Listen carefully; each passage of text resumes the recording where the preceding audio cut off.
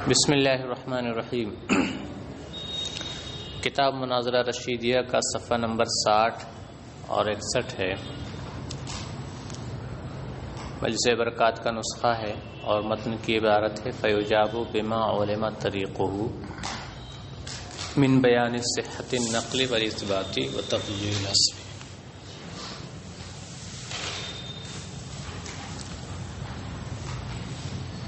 مصنف علیہ الرحمہ نے ما سبق میں یہ بیان کیا کہ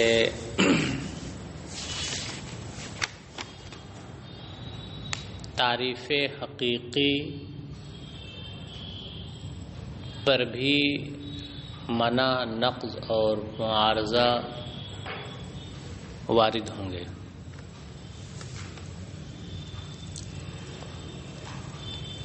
تو جب تعریف حقیقی پر منع، نقض اور معارضہ وارد ہوں گے تو اب تعریف کرنے والا ان اعتراضات کا جواب بھی دے گا۔ جواب دینے کا طریقہ کیا ہے، کس طریقے پر جواب دے گا؟ کہیں وہی اسی طریقے سے جواب دے گا جو آپ جان چکے ہیں، جس کا بیان اس سے پہلے ہو چکا ہے۔ بما علم طریقہ، اس طرح سے جس کا طریقہ معلوم ہو چکا ہے، یعنی تعریف بیان کرنے والے نے جو تعریف بیان کی ہے، تعریف حقیقی پیش کی ہے، تو وہ کہہ دے گا کہ میں نے جو تعریف حقیقی بیان کی ہے یہ فلاں امام نے بیان کی ہے، یا یہ تعریف حقیقی فلاں کتاب میں مذکور ہے، نقل پیش کر دے گا، یا پھر یہ کہ اسے ثابت کرے گا،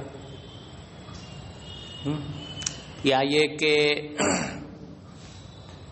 اصل میں تبدیلی کر دے گا، یعنی جن لفظوں میں اس نے تعریف کی تھی معنی اور مراد کو باقی رکھتے ہوئے ان الفاظ میں کیا کر دے گا، تبدیلی کر دے گا، کہ ہو سکتا ہے ان الفاظ کی وجہ سے سامنے والے کو اعتراض ہو، تو الفاظ بدل جائیں گے تو اعتراض کیا ہو جائے گا، ختم ہو جائے گا۔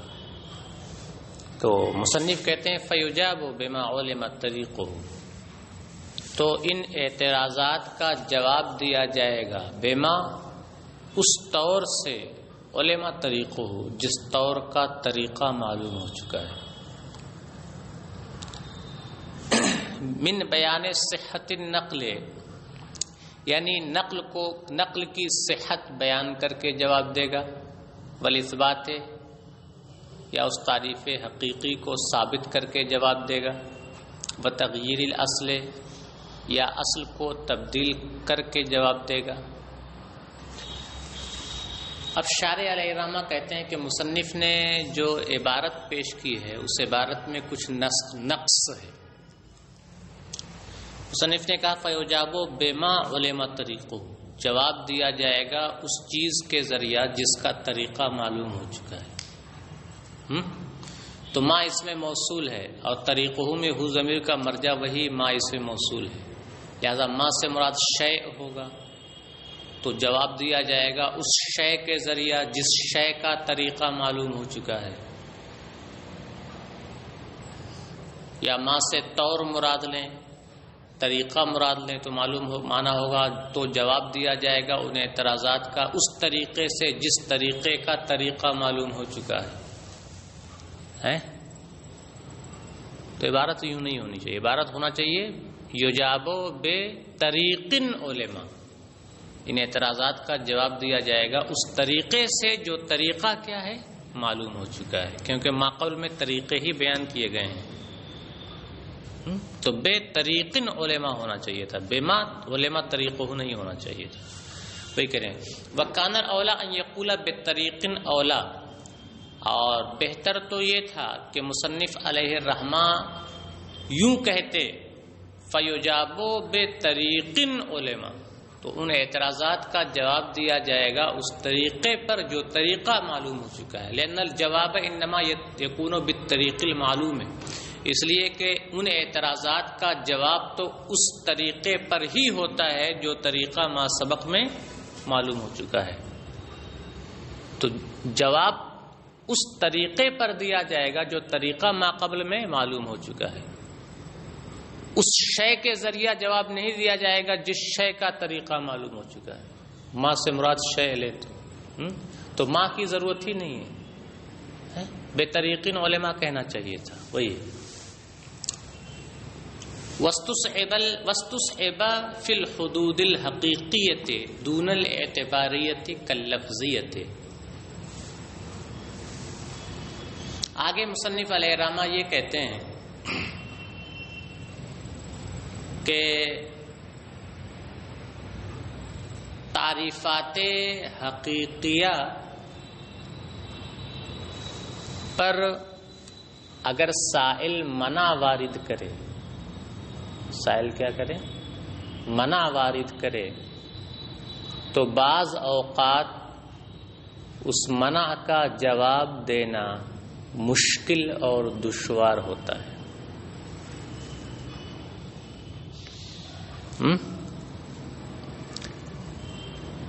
تعریف کرنے والا جب تعریف حقیقی بیان کرے تو اس تعریف حقیقی پر جب سائل منع وارد کرے تو بعض اوقات اس منع کا جواب دینا نہایت دشوار ہوتا ہے.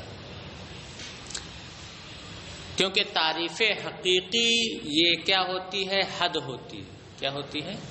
حد ہوتی ہے. اور حد کے بارے میں جانتے ہیں کہ حد یہ ذاتیات کے ذریعے ہوتی ہے، یعنی جنس و فصل کے ذریعے ہوتی ہے. تو تعریف کرنے والے نے کسی چیز کی تعریف حقیقی بیان کی، حد بیان کی، تو اب سائل یہ کہہ سکتا ہے کہ ہمیں یہ تسلیم نہیں ہے کہ یہ جو آپ نے تعریف کی ہے یہ اس شے کی حد ہے، یعنی ذاتیات سے مرکب ہے. یا یہ کہہ سکتا ہے کہ ہمیں یہ تسلیم نہیں کہ آپ نے اپنی تعریف میں جس چیز کو جنس قرار دیا ہے وہ جنس ہے، اور جسے فصل قرار دیا ہے وہ فصل ہے. ہمیں یہ تسلیم نہیں ہے. ہم یہ تسلیم ہی نہیں کرتے ہیں کہ جنہیں آپ نے ذاتیات قرار دیا ہے وہ ذاتیات ہی. تو بعض اوقات جواب دینا کیا ہوتا ہے؟ نہایت دشوار ہوتا ہے. کیوں؟ اس لیے کہ تعریف حقیقی یہ ذاتیات کے ذریعہ ہوتی ہے، اور شے کی ذاتیات کا علم نہایت دشوار معاملہ ہے. شے کی ذاتیات کا علم نہایت دشوار معاملہ ہے. تو کسی چیز کے بارے میں یہ کہنا کہ اس چیز کی جنس یہ ہے، اس چیز کی فصل یہ ہے، یہ معلوم کرنا نہایت مشکل ہے. تو اگر سائل نے اعتراض کر دیا کہ ہمیں تسلیم نہیں کہ یہ جنس ہے، ہمیں تسلیم نہیں کہ یہ فصل ہے، تو بعض اوقات تعریف کرنے والے کے لیے یہ ثابت کرنا کہ یہی جنس ہے، یہی فصل ہے، یہ کیا ہے؟ نہایت اس کے لیے دشوار ہے. کیونکہ ذاتیات کا علم کیا ہے؟ بڑی مشکل چیز ہے. تو وہی کہتے ہیں واستصحب الجواب عن بعض الارادات عن المنع فی الحدود الحقیقیت. اور تعریفات حقیقیہ میں بعض ارادات یعنی منع کا جواب دینا دشوار ہوتا ہے. کیوں؟ لأن الجواب عن المنع باثبات المقدمۃ الممنوعۃ. اس لیے کہ منع کا جواب کیسے دیں گے جبکہ آپ کیا کر دیں؟ جس چیز پر اس کا اعتراض ہے اسے کیا کر دیں؟ آپ ثابت کر دیں. یہاں مقدمہ ممنوعہ کہا ہے، حالانکہ تعریف میں مختلف مقدمے نہیں ہوتے ہیں. تو یہاں مقدمہ ممنوعہ سے مراد ہے وہی دعویٰ. تعریف کرنے والے نے دعویٰ کیا کہ یہ اس چیز کی جنس ہے، یہ اس چیز کی فصل ہے، تو اس دعوے کو ثابت کرنا کیسے ہوگا؟ منع کا جواب کیسے ہوگا جبکہ اس دعوے کو کیا کر دے؟ ثابت کر دیں. کیونکہ اس کا دعویٰ ہے کہ یہ جنس ہے، یہ فصل ہے، تو اس دعوے کو ثابت کرنا اس کے لیے کیا ہے؟ منع کا جواب کیسے ہوگا جبکہ وہ اس دعوے کو کیا کر دے؟ ثابت کر دے. اور اس دعوے کو ثابت کرنا دشوار ہو جاتا ہے کیونکہ جنس و فصل یہ ذاتیات ہوتی ہیں، اور ذاتیات کا علم کیا ہوتا ہے؟ بہت مشکل ہوتا ہے. کرے لأن الجواب عن المنع باثبات المقدمۃ الممنوعۃ. کیونکہ منع کا جواب مقدمہ ممنوعہ کے اثبات کے ذریعہ ہی ہو سکتا ہے. وذالک فی الحقیقت متوقف علی الاطلاع علی الذاتیات. اور یہ چیز در حقیقت ذاتیات سے آگاہی پر موقوف ہے، ذاتیات کے علم پر موقوف ہے. وذالک فی غایت الصعوبۃ، اور ذاتیات کا علم یہ نہایت دشوار چیز ہے. کما صرح بہ ابن سینا فی کتابہ، جیسا کہ ابن سینا نے اپنے کتاب میں اس کی تصریح کی ہے. ٹھیک ہے صاحب. دون الاعتباریت اے دون الحدود الاعتباریت، دون الحدود الاعتباریت، تعریفات حقیقیہ میں منع کا جواب دینا دشوار ہوتا ہے، لیکن تعریفات اعتباریہ میں منع کا جواب دینا دشوار نہیں ہوتا ہے. تعریفات حقیقیہ ان تعریفات کو کہتے ہیں جو ذاتیات کے ذریعہ ہوں، اور تعریفات اعتباریہ ان تعریفات کو کہتے ہیں جو ذاتیات کے ذریعہ نہ ہوں بلکہ ارضیات کے ذریعہ ہوں. تو ذاتیات کا علم یہ دشوار چیز ہے، ارضیات کا علم یہ دشوار چیز نہیں. انسان ہے، ہنستا بھی ہے، اسے بخار بھی آتا ہے، اسے سردی بھی ہو جاتی ہے، اسے گرمی بھی لگتی ہے. تو ہنسنا، سردی لگنا، بخار زدہ ہو جانا، یہ سب کیا ہے؟ یہ عرض ہے. کیا ہے؟ عارض ہوتی رہتی ہے. تو ارضیات کا علم دشوار نہیں ہے، فوراً ہو جاتا ہے. لیکن ذاتیات کا علم یہ کیا ہے؟ نہایت دشوار چیز ہے کہ انسان کی ذاتی چیزیں کیا ہیں، اس کا علم کیا ہے؟ دشوار. تو تعریفات اعتباریہ پر اگر کوئی منع وارد کرے تو اس منع کا جواب دشوار نہیں ہے. اور تعریفات اعتباریہ کن کو کہتے ہیں؟ تعریفات اصطلاحیہ کو کہتے ہیں، تعریفات لفظیہ کو کہتے ہیں. تعریفات اعتباریہ کن کو کہتے ہیں؟ تعریفات اصطلاحیہ کو کہتے ہیں. جو اصطلاح والے جو کسی چیز کی اصطلاح قائم کر لیں. تعریفات لفظیہ ان تعریفات کو کہتے ہیں جہاں ایک لفظ کی وضاحت دوسرے لفظ سے کر دی جائے. جیسے غضنفر کی وضاحت کرنا، غضنفر کی تعریف کرنا اسد سے، یہ کیا ہے؟ تعریف لفظی ہے. تو تعریف لفظی پر کوئی اگر منع وارد کرے تو اس کا جواب دشوار نہیں ہوتا ہے. مثلا اس نے کہا کہ آپ نے کہا کہ غضنفر اسد کو کہتے ہیں، ہم تسلیم نہیں کرتے ہیں. تو آپ کو کہتے ہو آؤ ہم تم کو دکھا دیتے ہیں لغت میں. آپ نے لغت اٹھائی، دکھا دیتے ہو غضنفر کا معنی اسد لکھا ہوا ہے. غضنفر کا معنی کیا ہے؟ اسد لکھا ہوا ہے. اسم فعل حرف کی آپ نے تعریف کسی کے سامنے بیان کی کہ اسم کی تعریف یہ ہے نحو میں، حرف کی تعریف یہ ہے نحو میں، فعل کی تعریف یہ ہے نحو میں. وہ کہہ رہا ہے کہ ہمیں تسلیم نہیں ہے. تو آپ کیا ہے؟ نحو کی کوئی کتاب لائیے، صرف کی کوئی کتاب لائیے اور وہاں دکھا دیجئے کہ دیکھو یہاں اسم کی تعریف یہ لکھی ہوئی، اصطلاحی تعریف، فعل کی یہ تعریف لکھی ہوئی. تو بہت آسان ہے جواب دینا. تعریفات اعتباریہ پر اگر کوئی منع وارد کرے تو جواب دینا بہت آسان ہے، کیونکہ تعریفات اعتباریہ یا تو تعریفات لفظیہ ہیں یا تعریفات اصطلاحیہ ہیں. تعریفات لفظیہ پر منع وارد کر رہا ہے تو آپ لغت میں اسے کیا کر سکتے ہیں؟ دکھا سکتے ہیں. تعریف اصطلاحی پر اگر کوئی اعتراض وارد کر رہا ہے، منع وارد کر رہا ہے، تو آپ کیا ہے؟ اس اصطلاح کی کتاب سے اٹھا کر کے دکھا سکتے ہو. لیکن تعریفات حقیقیہ پر اگر منع وارد کرے تو اس کا جواب بسا اوقات دشوار ہوتا ہے، اس لیے کہ اس کا جواب ابھی دو آپ اسی وقت دو گے جبکہ کیا ہو؟ آپ کو اس کی ذاتیات کا کیا ہو؟ علم ہو. اور ذاتیات کا علم کیا ہے؟ یہ نہایت دشوار چیز ہے. دون الاعتباریت، تعریفات اعتباریہ پر منع کا جواب دینا دشوار نہیں ہے. تعریفات اعتباریہ مثلا تعریفات لفظیہ، مثلا تعریفات لفظیہ کہ یہ بھی تعریفات اعتباریہ ہیں. اچھا تو تعریفات، اب ایک سوال یہ ہوا کہ کیا تعریفات اعتباریہ، تعریفات لفظیہ، تعریفات اصطلاحیہ پر بھی منع وارد کیا جا سکتا ہے؟ کیونکہ یہ تو تصور ہیں. کیا ہیں یہ تو تصور ہیں. یہاں حکم ہے ہی نہیں، اور منع وہی وارد ہوتا ہے جہاں کیا ہو؟ حکم ہو، نسبت ہو. تو کہہ رہے ہیں کہ اصل میں تعریفات اعتباریہ بھی حکم کو مستلزم ہوتے ہیں. تعریفات اعتباریہ بھی حکم کو مستلزم ہوتی ہے، کیونکہ اسم کی آپ نے تعریف کی تو وہاں مطلب یہ ہے کہ جو آپ نے تعریف کی ہے یہ اسم کی تعریف ہے. ھذا تعریف للاسم، ھذا حد للاسم. غضنفر کی تعریف آپ نے اسد سے کی تو مطلب کیا ہوا کہ ھذا تعریف للغضنفر. تو وہاں بھی کیا ہے؟ حکم ہے. ضمناً وہاں کیا ہے؟ حکم ہے. تو اسی حکم ضمنی کی طرف نظر کرتے ہوئے کیا ہے؟ منع وارد ہو سکتا ہے. وہی کہتے ہیں فإنها أي فإن الحدود الاعتباریة لاستلزامها الحکم تمنع أيضا، کیونکہ تعریفات اعتباریہ کے حکم کو مستلزم ہونے کی وجہ سے تمنع ان تعریفات اعتباریہ پر بھی منع وارد کیا جاتا ہے.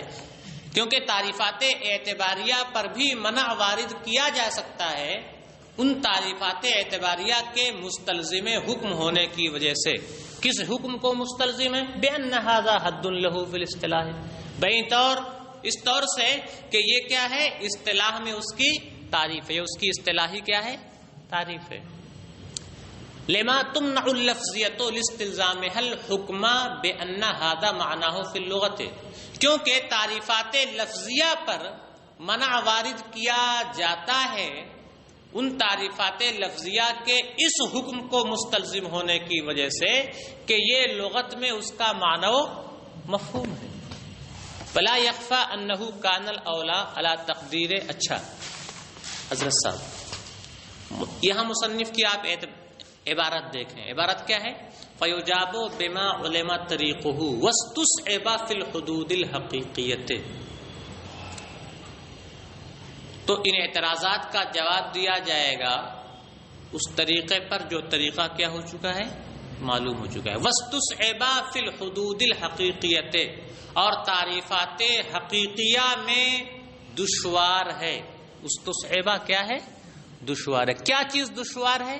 ہوا ضمیر پوشیدہ نائب فاعل ہے. مرجع کون ہے یہ ابھی متعین نہیں. اور دشوار ہے وہ تعریفات حقیقیہ میں، اور دشوار ہے وہ تعریفات حقیقیہ میں. تو استصعبہ میں جو ہوا ضمیر ہے اس کا مرجع کون ہے؟ اگر استصعبہ میں ہوا ضمیر کا مرجع جواب ہے جو یجابو سے سمجھا جاتا ہے تو مانا ہوگا اور جواب دینا دشوار ہے تعریفات حقیقیہ میں. منع کا جواب دینا دشوار ہے تعریفات حقیقیہ میں. دون الاعتباریت کاللفظیت، نہ کہ تعریفات اعتباریہ مثلا تعریفات لفظیہ میں جواب دینا دشوار نہیں ہے. فإنها اچھا آگے ہے ویدفع. آگے عبارت کیا ہے؟ متن کی عبارت دیکھیں. ویدفع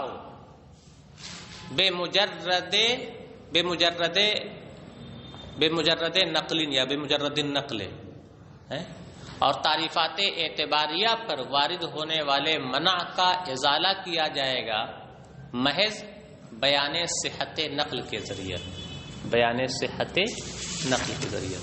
تو شارح یہ کہتے ہیں کہ اگر استصعبہ کی میں جو ہوا ضمیر پوشیدہ نائب فاعل ہے، اگر اس کا مرجع جواب ہے، اگر اس کا مرجع کیا ہے؟ جواب ہے، تو مطلب ہوگا کہ تعریفات حقیقیہ میں منع کا جواب دینا دشوار ہے نہ کہ تعریفات اعتباریہ میں.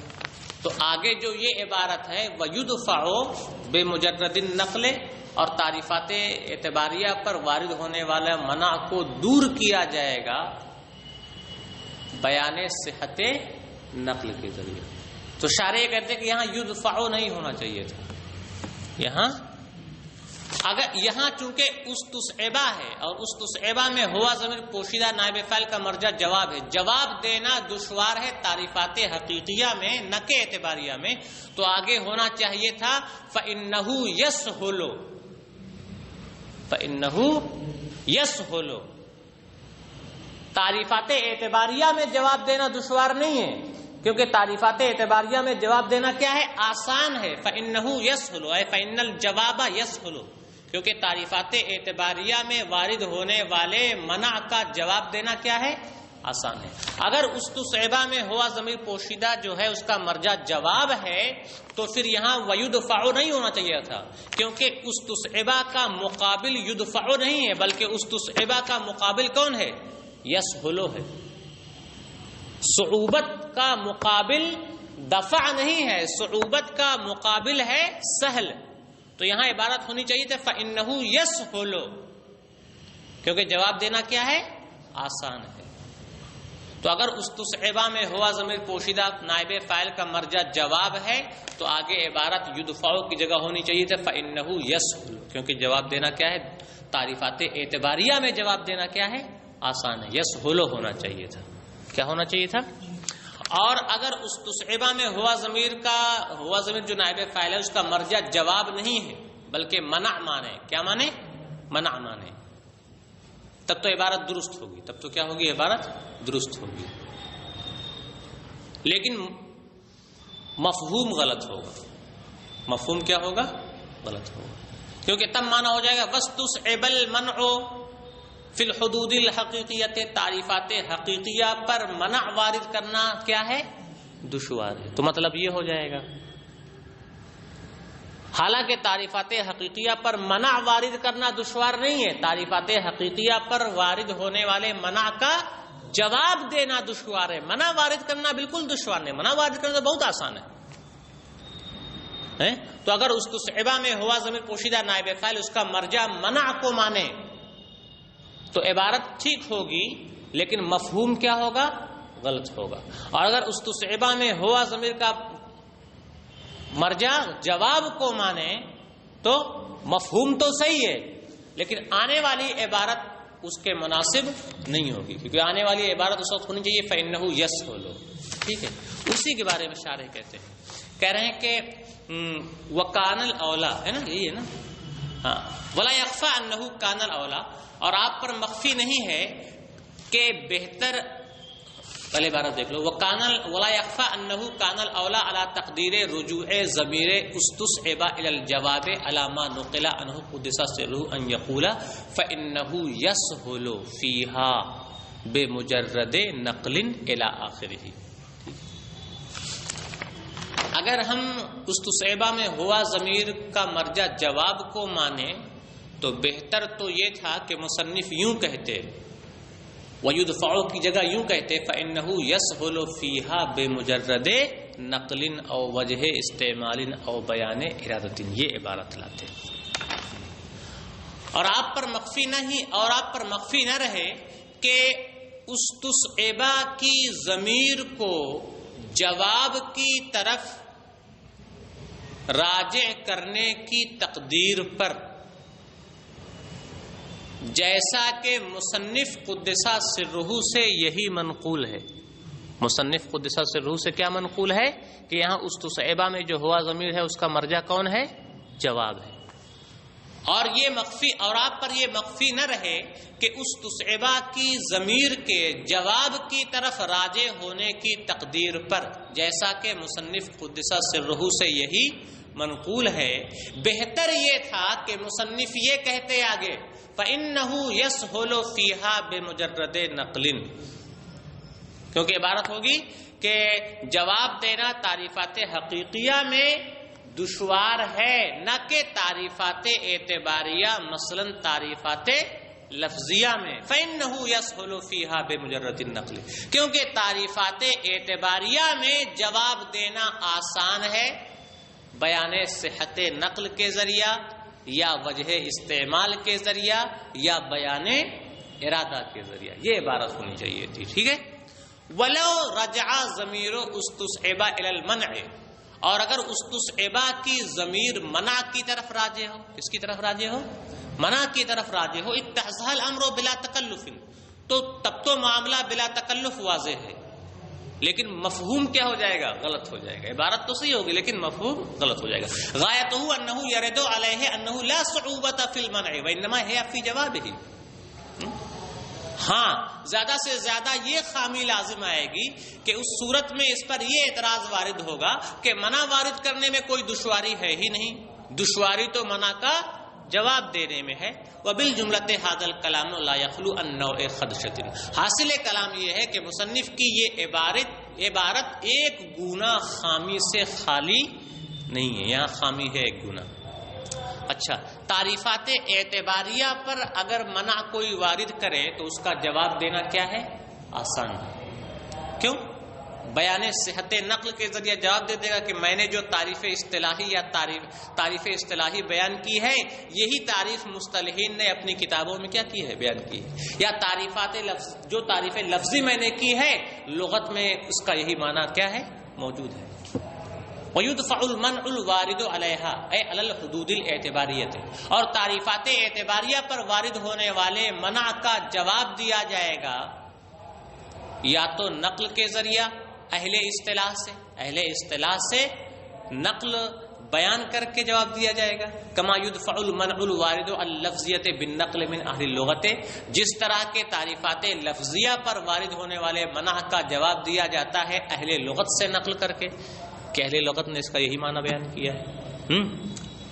او وجہ استعمال، یا تعریفات اعتباریہ پر وارد ہونے والے منع کا جواب دیا جائے گا وجہ استعمال کے ذریعہ، طریقہ استعمال کے ذریعہ. کوئی اصطلاحی تعریف کرنے والے نے کسی چیز کی اصطلاحی تعریف بیان کی تو سائل نے اعتراض کیا کہ ہمیں یہ تسلیم نہیں ہے کہ یہ فلاں چیز کی اصطلاحی تعریف ہے، کیونکہ اصطلاح کی کتابوں میں اہل اصطلاح نے اس کی جو اصطلاحی تعریف بیان کی ہے وہ اس انداز میں نہیں بیان کی ہے. تو آپ کہہ سکتے ہو کہ اصل میں ہاں صحیح کہہ رہے ہیں آپ.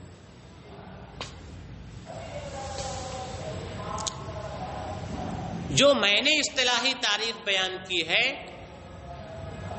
اس کا معنی و مفہوم اور اصطلاحی تعریف کا معنی و مفہوم الگ الگ ہے. کیا ہے؟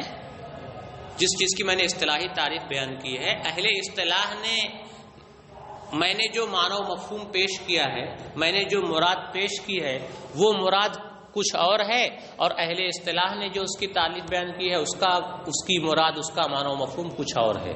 لیکن پھر بھی میری بیان کردہ اصطلاحی تعریف صحیح ہے، اس لیے کہ اہل اصطلاح نے جو اصطلاحی تعریف بیان کی ہے اس کے معنی و مفہوم اور میرے بیان کردہ معنی و مفہوم میں کیا ہے؟ تعلق ہے. کیا ہے؟ تعلق. معنی و مفہوم الگ الگ ہے، پھر بھی کیا ہے؟ دونوں میں کیا ہے؟ تعلق ہے. دونوں میں کیا ہے؟ تعلق. جیسے لفظ کسے کہتے ہیں؟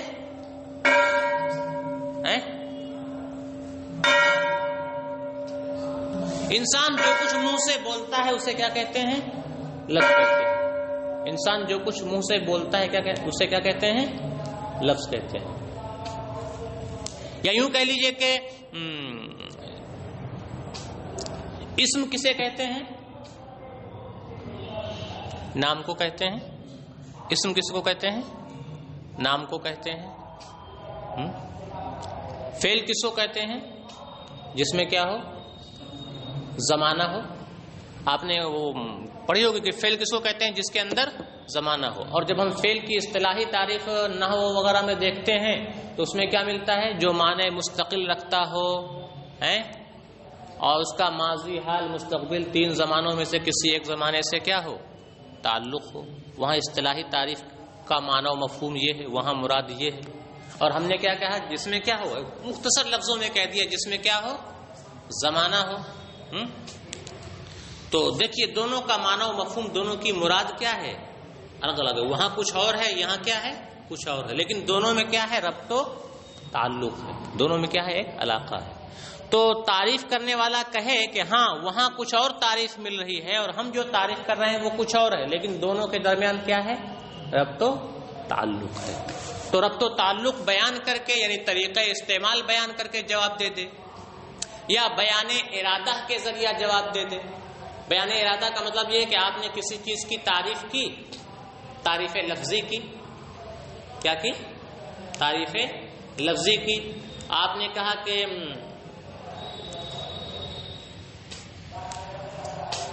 عورت کسے کہتے ہیں؟ لڑکی، بنت کسے کہتے ہیں؟ آپ نے کہا جاریہ کو کہتے ہیں. کس کو کہتے ہیں؟ جاریہ کو کہتے ہیں. کس کو کہتے ہیں؟ جاریہ کو کہتے ہیں. جاریہ کا کیا معنی ہوتا ہے؟ جاریہ کے بہت سے معنی آتے ہیں. باندی بھی آتا ہے, لڑکی بھی آتا ہے, کشتی بھی آتا ہے. تو کہے کہ بنت کا معنی جاریہ کیسے ہو سکتا ہے؟ ہمیں تسلیم نہیں ہے. ہمیں کیا ہے؟ تسلیم نہیں ہے. تو کہا کہ تم نے لگ رہا ہے جاریہ کا کوئی اور مفہوم سمجھ لیا ہے, تم نے جاریہ کا کوئی اور معنی سمجھ لیا ہے. ہم نے جاریہ سے کیا مراد لیا ہے؟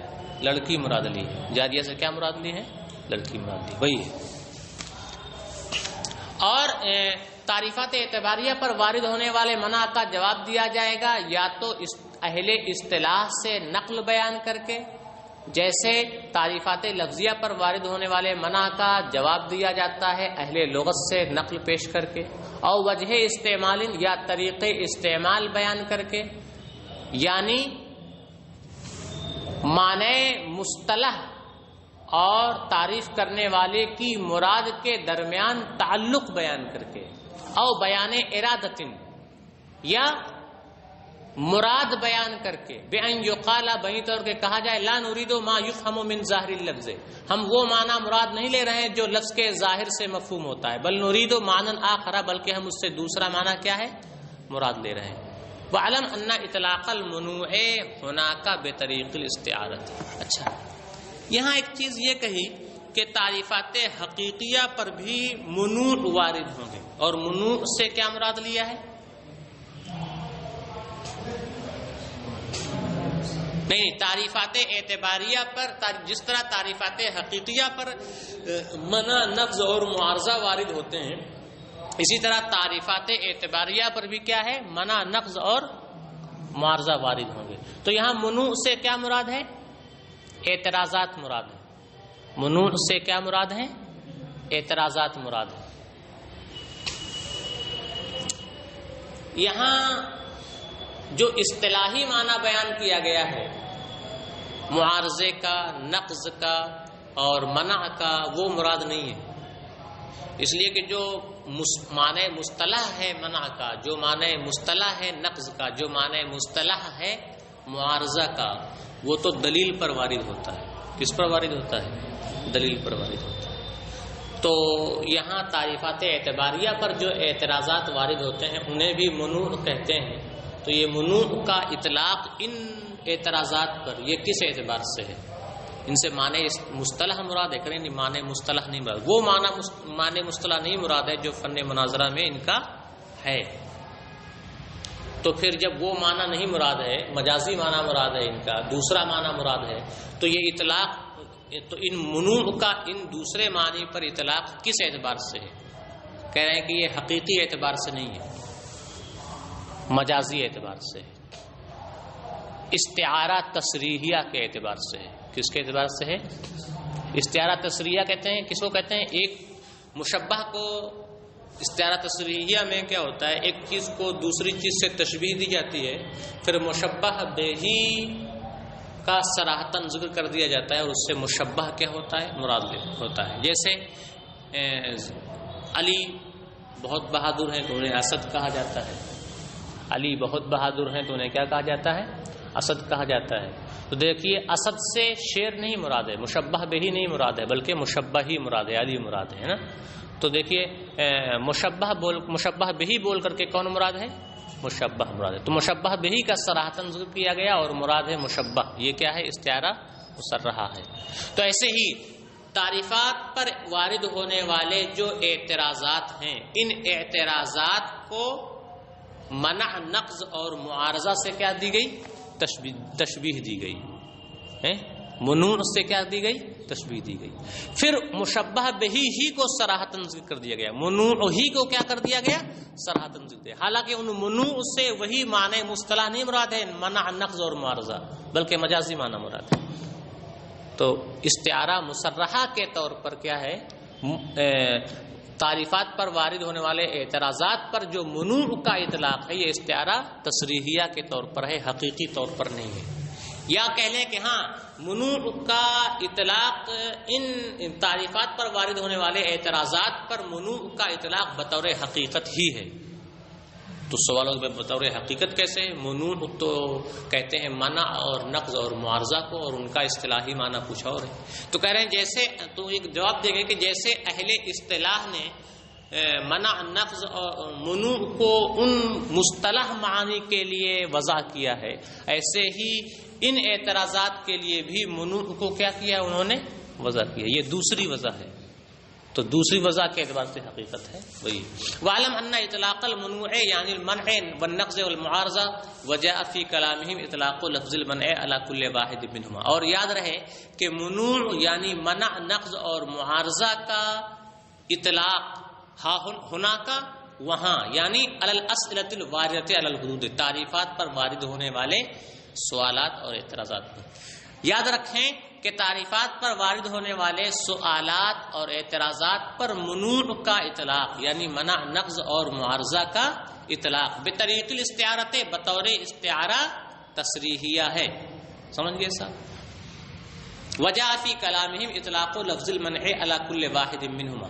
اور اہل فن مناظرہ کے کلام میں لفظ منع کا اطلاق ان تینوں میں سے ہر ایک پر کیا ہے؟ آیا ہے. تو یہاں پر یعنی تعریفات پر وارد ہونے والے اعتراضات پر منوع کا اطلاق بطور استعارہ مصرحہ ہے باعتبار تشبیہہ بالمصطلحات، اس اعتبار سے کہ تعریفات پر وارد ہونے والے سوالات و اعتراضات کو مصطلحات سے تشبیہ دی گئی، پھر مصطلحات کے الفاظ کو ان کے لیے کیا کر دیا گیا؟ استعمال کر دیا گیا. وَيَحْتَمِلُ الْحَقِيقَةَ، اور یہاں حقیقت کا بھی کیا ہے؟ ایک احتمال ہے. بناء علی ان الالفاظ المذکورۃ کما انها موضوعۃ للمعانی المشہورۃ، اس طور پر کہ الفاظ مذکورہ جس طرح معانی مشہورہ کے لیے موضوع ہیں، یحتمل ان تکون موضوعۃ لتلک المعانی ایضا، ایک احتمال یہ بھی ہے کہ ان معانی کے لیے بھی اسی طرح وہ الفاظ مذکورہ کیا ہیں؟ موضوع ہیں. قضا نقل عنہ قدس سرہ، مصنف قدس سرہ سے اسی طرح کیا ہے؟ منقول ہے. آج کا سبق یہیں پر مکمل ہوتا ہے. السلام علیکم ورحمۃ اللہ وبرکاتہ.